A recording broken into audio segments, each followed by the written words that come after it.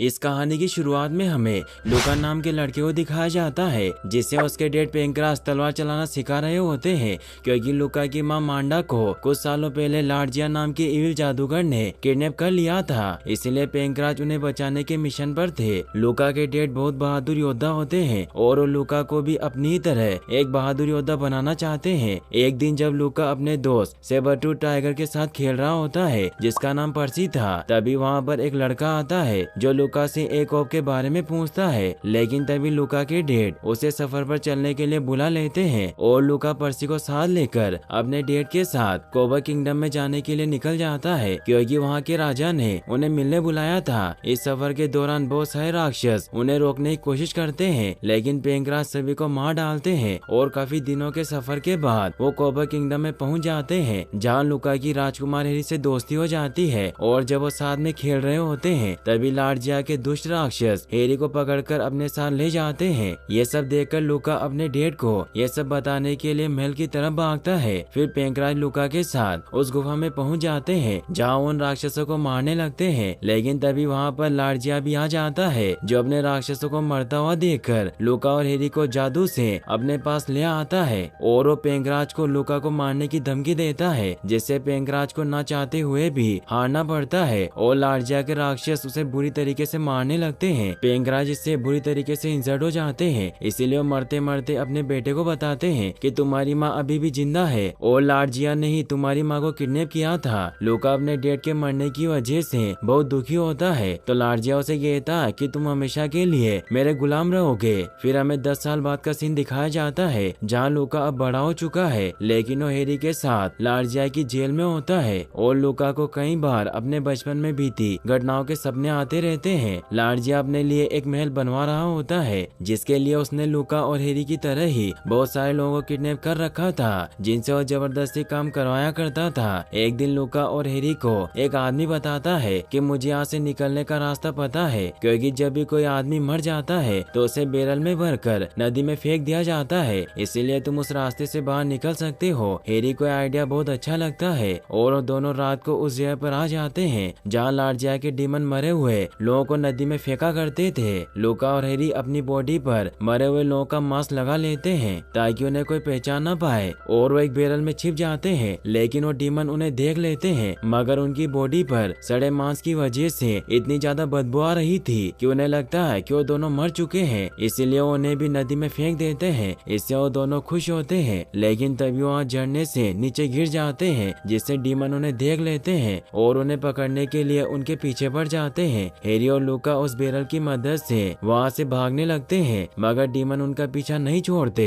तभी वहाँ रास्ते में डॉक्टर एगन गुजर रहे होते हैं जो अपनी घास की गाड़ी में उन्हें छिपाकर बचा लेते हैं और उन्हें घर ले आते हैं, लेकिन अभी भी उनमें से बहुत बदबू आ रही थी। डॉक्टर एगन उन्हें बताते हैं कि मैं यहाँ इसलिए रहता हूँ ताकि मैं लार्जिया के महल पर नजर रख सकूं, क्योंकि लार्जिया नर्क का दरवाजा खोलकर अपने गुरु निम्जो को वापस लाना चाहता है। तो लूका उनसे पूछता है कि ऐसा क्यों कर रहा है, तो एगन उसे बताते हैं कि निम्जो इस पूरी दुनिया को बुराई में बदलने की ताकत रखता है और सालों पहले बहुत सारे जेनेथियन वासियों ने उसे भगाने के लिए जाने गंवाई थी, इसीलिए मैं उस जेनेथियन योद्धा की तलाश कर रहा हूँ जो लार्जिया को मारकर नर्क के दरवाजे को हमेशा के लिए बंद कर देगा, क्योंकि एक भविष्यवाणी के मुताबिक एक जेनेथियन योद्धा ही लार्जिया को मारेगा। अगले दिन एगन उन दोनों को सभी से छिपाकर आइलैंड से बाहर निकलवा देते हैं। लूका हेरी के साथ उसके किंगडम कोबक लौटता है, लेकिन वो अंदर जाने से मना कर देता है और वो हेरी को बताता है कि मेरे पिता ने अपने आखिरी समय में मुझे मेरी माँ के बारे में बताया था, इसीलिए मुझे उन्हें बचाने जाना है। तो हेरी लूका से अलविदा लेता है और उसे कहता है कि तुम्हारे डैड ने मेरी जान बचाने के लिए अपनी जान गंवा दी, इसलिए अगर तुम्हें किसी भी चीज की जरूरत हो तो मुझे जरूर बताना, मैं तुम्हारी पूरी मदद करूंगा।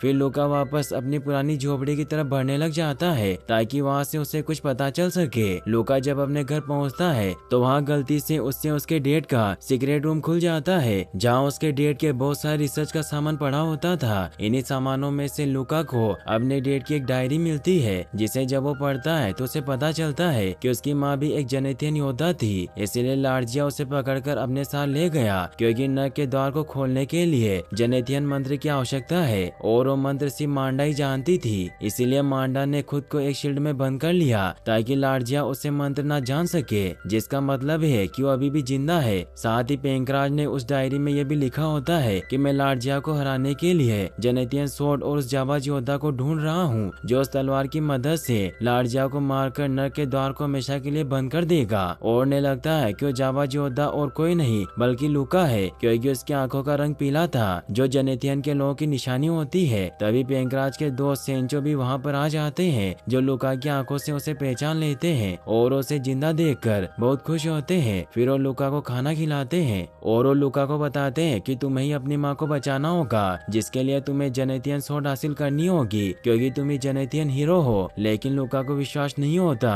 और वो सेंचो से कहता है कि ये सिर्फ झूठी कहानियां है। तो सेंचो से बताता है कि ये सब सच है और तुम्हारे पिता ने मुझे बताया था कि सिर्फ सच्चा जेनेथियन योद्धा ही उस जेनेथियन स्वॉर्ड को म्यान में से बाहर निकाल सकता है। तो लूका उनसे पूछता है कि वो तलवार अभी कहाँ पर है, जिस पर सेंचो बताता है कि वो तलवार मोस्टेरो राज्य के किंग रोडिग्रो के पास है। ये सुनने के बाद लूका अपने डेड की तलवार लेकर मोस्टर को मारते हुए मोस्टेरो राज्य की तरफ निकल जाता है। और अब लूका मोस्टर से लड़ते लड़ते अपने हाथ से बाउंडर भी बनाना सीख जाता है। तभी लूका को एक ब्लू क्रिएचर दिखाई देता है जो लार्जिया के महल से ही उसका पीछा कर रहा था। और जब लूका को विश्वास हो जाता है कि उसे उस ब्लू क्रिएचर से कोई खतरा नहीं है तो लूका उसे अपना दोस्त बना लेता है और उसका नाम ग्रूट रखता है। फिर वो दोनों साथ में सफर पर आगे बढ़ते हैं और रात में जब वो आराम करने के लिए एक गुफा के पास रुकते हैं तो उस गुफा में मौजूद सेबर-टूथ टाइगर उन पर हमला कर देता है। लेकिन जल्दी लूका को पता चल जाता है कि वो उसका बचपन का दोस्त पर्सी है, जिससे वो दोनों वापस एक दूसरे से मिलकर खुश होते हैं। फिर वो तीनों मोस्टेरो किंगडम में पहुंच जाते हैं जहाँ हर तरफ तबाही मची हुई थी, क्योंकि वहाँ रोजाना बियॉन्ड नाम का मोस्टर तबाही मचाया करता था। इसलिए रोडिग्रो ने ऐलान किया था कि जो भी उस बियॉन्ड ड्रैगन से उनके किंगडम को बचाएगा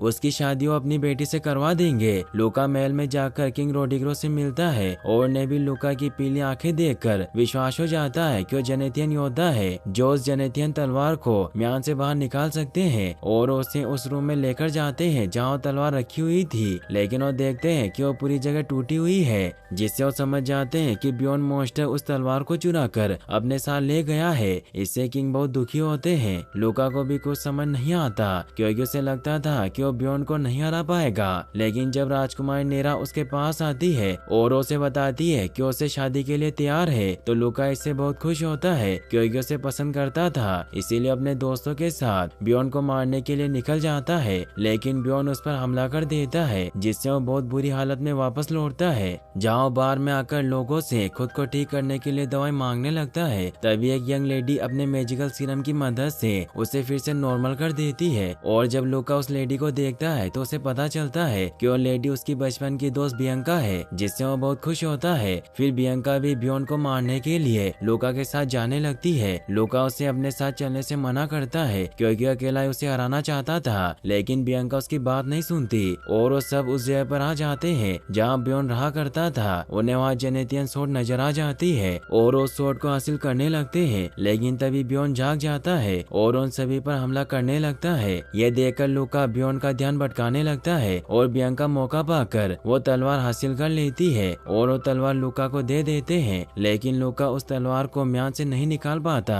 क्योंकि वो बहादुर जेनेथियन योद्धा नहीं था, जिससे वो सभी बहुत डर जाते हैं और वो सभी अपनी जान बचाकर वहाँ से भागने लगते हैं। लेकिन बियॉन्ड उनका पीछा करते हुए पूरे किंगडम में तबाही मचाने लग जाता है। तभी लूका को याद आता है कि जब वो बियॉन्ड से लड़ रहा था तो बियॉन्ड ने हर बार अपनी तीसरी आंख बचाने की कोशिश की थी, जिससे वो समझ जाता है कि बियॉन्ड की पूरी पावर उसकी तीसरी आंख में है। इसीलिए वो बियॉन्ड पर हमला कर देता है और काफी कोशिश के बाद वो बियॉन्ड पर काबू कर लेता है। और लूका जब उसकी तीसरी आंख फोड़कर उसे मारने लगता है तो बियॉन्ड उसे कहता है कि मैं मरना नहीं चाहता, मेरी जान बख्श दो, मैं हमेशा तुम्हारा गुलाम रहूंगा। और अब बियॉन्ड की आंखों का रंग भी बदल जाता है क्योंकि वो बच्चा बन गया था, इसलिए लूका उसे छोड़ देता है। पूरे टाउन के लोग बहुत खुश होते हैं क्योंकि लूका ने बियॉन्ड को हरा दिया था, इसलिए अब उनके ऊपर कोई खतरा नहीं था। टाउन में वापस आने पर बियंका लूका से पूछती है कि तुमने राजा से बियॉन्ड को हराने के बदले में क्या मांगा था। तो लूका उसे कहते हैं कि राजा ने मुझे वचन दिया था कि वो नेरा की शादी मुझसे करवा देंगे। तो इससे बियंका समझ जाती है कि लूका बियॉन्ड को अकेले इसीलिए हराना चाहता था ताकि वो नेरा से शादी कर सके। बियंका भी इससे खुश होती है और वो लूका को महल लेकर जाती है, जहाँ लूका को बताती है कि तुम्हें शादी से पहले नेरा को प्रपोज करना होगा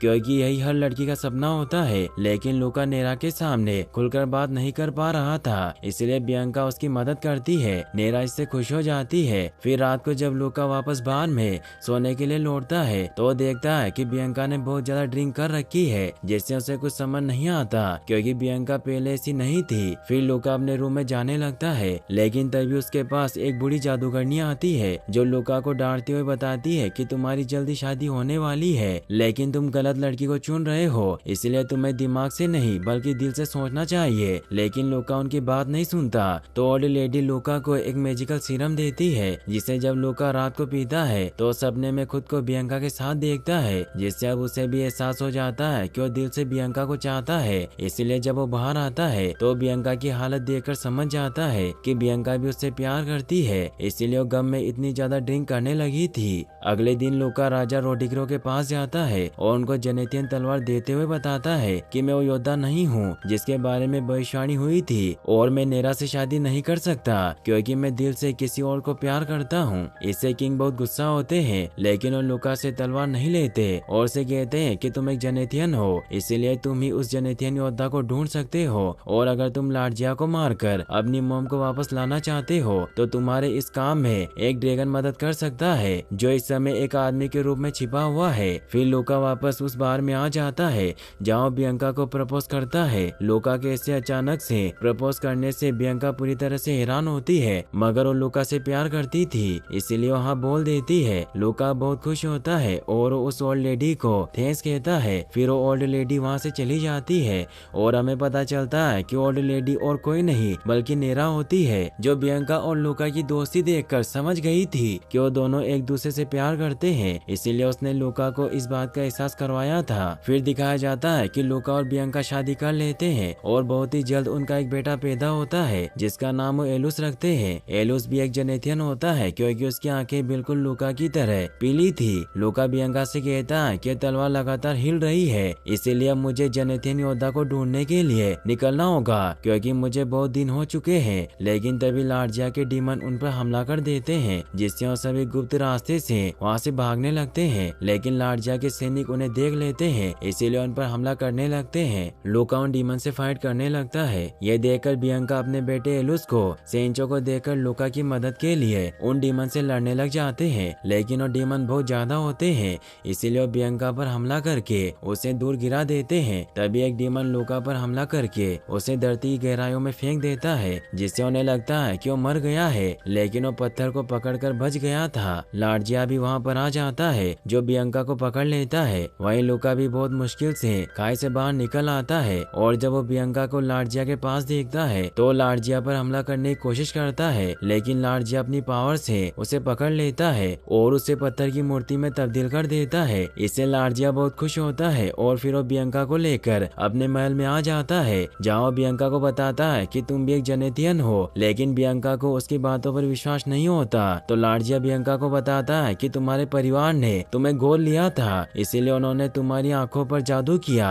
जिससे किसी को पता न चले कि तुम एक जेनेथियन हो। फिर वो बियांका को लूका की माँ के पास लेकर जाता है, जिन्होंने खुद को एक शील्ड में बंद कर रखा था ताकि लार्जिया उनसे जेनेथियन मंत्र न जान सके। इसीलिए वो बियांका से कहता है कि तुम्हें मांडा से बात करनी होगी और जेनेथियन मंत्र जानना होगा, फिर मैं तुम्हें आजाद कर दूंगा, क्योंकि एक जेनेथियन ही मन ही मन दूसरे जेनेथियन से बात कर सकता था। और जब बियांका मांडा से बात करती है तो मांडा उसे बताती है कि लार्जिया तुमसे झूठ बोल रहा है, इसीलिए तुम उसकी बात मत सुनो। तो बियांका भी उनकी बात समझ जाती है और वो लार्जिया के ऊपर हमला करने लगती है, जिस बात पर गुस्सा होकर लार्जिया बियांका को भी लूका की तरह पत्थर की मूर्ति बना देता है। अब समय बीता जाता है और देखते ही देखते 8 साल बीत जाते हैं। वहीं हमें लूका के बेटे एलुस को दिखाया जाता है जो बड़ा हो चुका है और उस सेंचो के साथ मिलकर किसी तरह बहुत मुश्किल से मॉन्स्टर को हराते हुए एक मैजिकल छड़ी को हासिल कर लेता है, जिसकी मदद से वो अपने डेड लूका को एक बार फिर से नॉर्मल कर देता है।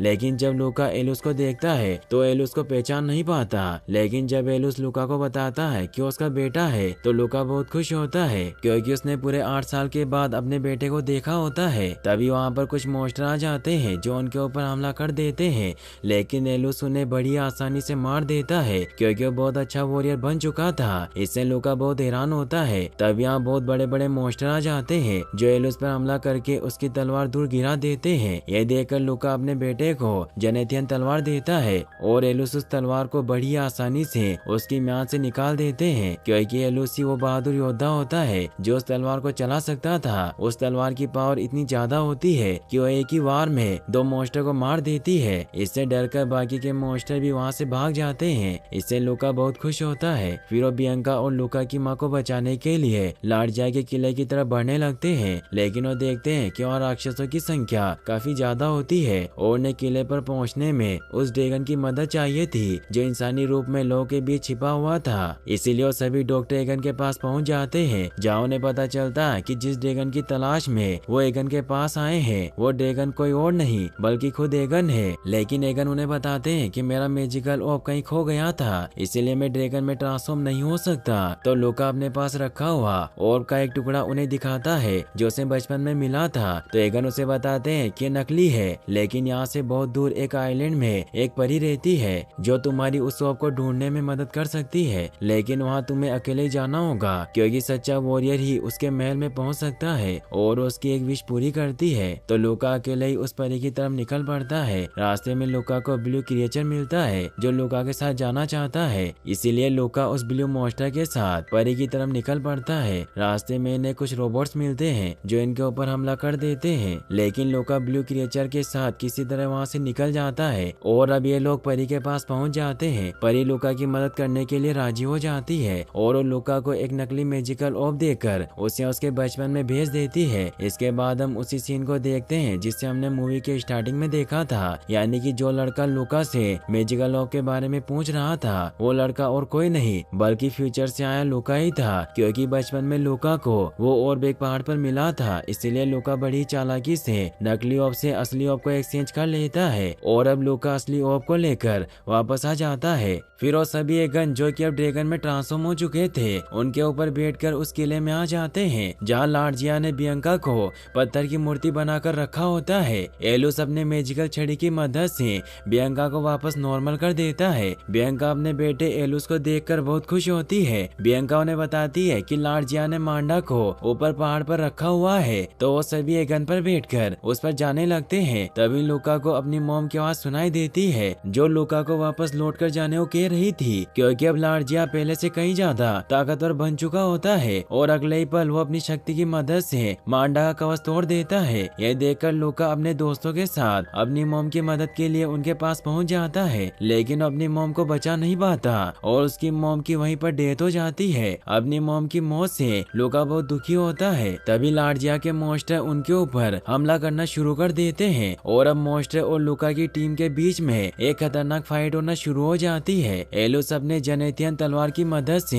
एक एक करके सभी मॉन्स्टर को मारना स्टार्ट कर देता है, लेकिन फिर ये लोग लार्जिया की सेना से हार रहे होते हैं क्योंकि उनकी संख्या बहुत ज्यादा होती है। लेकिन तभी वहाँ पर बियॉन हेरी की पूरी सेना के साथ लूका की मदद के लिए आ जाता है, क्योंकि हेरी ने वादा किया था कि उनकी मदद करने आएगा। अब इनके और लार्जिया की सेना के बीच में एक खतरनाक फाइट होना शुरू हो जाती है। लूका लार्जिया से फाइट कर रहा होता है और उसे मारने की कोशिश करता है, लेकिन वो ऐसा नहीं कर पा रहा था क्योंकि भविष्यवाणी के अनुसार लार्जिया को एक जेनेथियन योद्धा ही मार सकता है। अब एलुस भी लूका के साथ मिलकर लार्जिया से लड़ने लगता है, क्योंकि एलुस एक जेनेथियन योद्धा होता है, इसीलिए वो लूका के साथ मिलकर अपनी जेनेथियन तलवार से उसे मार डालता है। लार्जिया को मारकर ये दोनों बहुत खुश होते हैं, लेकिन लार्जिया अभी भी मरा नहीं होता और वो मांडा की पावर को ऑब्जर्व करके नर के पोर्टल को खोल देता है, लेकिन इस दौरान वो खुद भी मारा जाता है। एलुस पोर्टल को खुलता देख अपनी जेनेथियन तलवार को उस पोर्टल के अंदर फेंक देता है, जिसकी वजह से अब धीरे धीरे पोर्टल बंद होना शुरू हो जाता है। ये देखकर लूका और एलुस को लगता है कि उन्होंने जंग जीत ली है, लेकिन तभी अचानक से लूका को छोड़कर सभी लोग फ्रीज होना शुरू हो जाते हैं और अगले ही पल वहाँ पर निम्जो आ जाता है। निम्जो लूका को समझाता है कि यह वास्तविक दुनिया नहीं है बल्कि एक ग्राफिक्स गेम है, और निम्जो अपनी पावर की मदद से लूका को सब कुछ दिखाता भी है कि किस प्रकार उसके आसपास की सारी चीजें ग्राफिक डिजाइन से बनी है। और यहाँ पर हमें पता चलता है कि वास्तव में लूका एक लड़का होता है जो अपने रियल लाइफ में इस गेम को खेल रहा होता है, लेकिन वो इस गेम में इतना खो गया था कि वो गेम और रियल लाइफ में फर्क नहीं कर पा रहा था। यहाँ पर निम्जो लूका को बताता है कि मैं एक वायरस हूँ और मैं इस गेम को खत्म करना चाहता हूँ, लेकिन लूका इस गेम को बहुत पसंद करता था, इसीलिए निम्जो से लड़ने लगता है, मगर निम्जो लूका पर भारी पड़ रहा होता है। तभी वो ब्लू क्रिएचर लूका के सामने सामने आ जाता है जो उसे बताता है कि मैं इस गेम का एंटीवायरस हूँ, और वो लूका को एक शॉट देता है जिससे वो दोनों मिलकर निंजो को मार देते हैं। निंजो के मरते ही सब कुछ नॉर्मल हो जाता है और लूका एक बार फिर से एलिस और बियंका से मिलकर बहुत खुश होता है, और अब हैरी और बियॉन लूका से विदा लेकर वहाँ से चले जाते हैं। इसके बाद लूका अपनी फैमिली के साथ मिलकर वापस लौटने लगता है, मगर अब उसे पता था कि गेम खत्म हो चुका है और उसे वापस असली दुनिया में लौटना होगा। इसीलिए वो बियंका और अपने दोस्तों के साथ बातें कर रहा होता है और यहीं पर ये मूवी एंड हो जाती है। गाइस, अगर आपको वीडियो पसंद आया हो तो इस वीडियो को लाइक करने के साथ साथ चैनल को सब्सक्राइब जरूर कर लेना। मिलते हैं नेक्स्ट वीडियो में। Thanks for watching.